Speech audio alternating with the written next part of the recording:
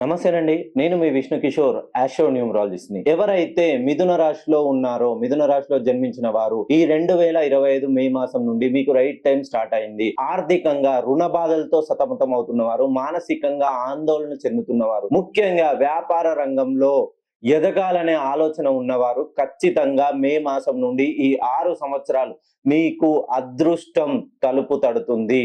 So నా దగ్గరికి 2022లో ఒక ఇద్దరు మిత్రులు వచ్చారండి. ఆ ఇద్దరు మిత్రులు సేమ్ ఒకే టైప్ బిజినెస్ స్టార్ట్ చేశారు. ఒక గూడ్స్ వెహికల్. ఇద్దరు ఒకే రకమైన వెహికల్ కొన్నారు.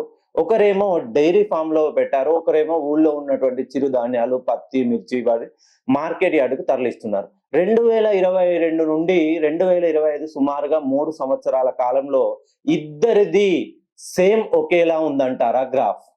సో ఒకరి పేరేమో కిరణ్ అండి. ఇంకొకరి పేరేమో రవి. సో ఒకరి పేరేమో కిరణ్, ఒకరి పేరేమో రవి.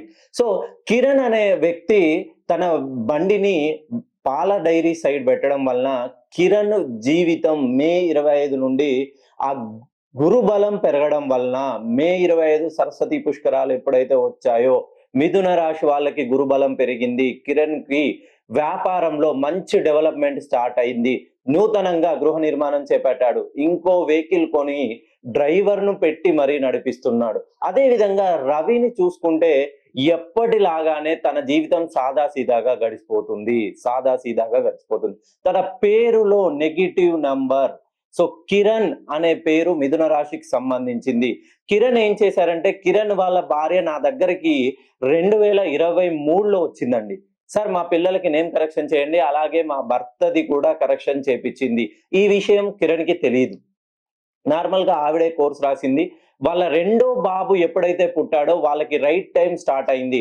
ఇప్పుడు 2 వెహికల్స్ తో పాటు కిరణ్ వాళ్ళు అంచెలంచెలుగా ఎదుగుతున్నారు. రవి వాళ్ళు మాత్రం ఎప్పటిలాగానే వాళ్ళ జీవితం సాదా సీదాగా ఉంది.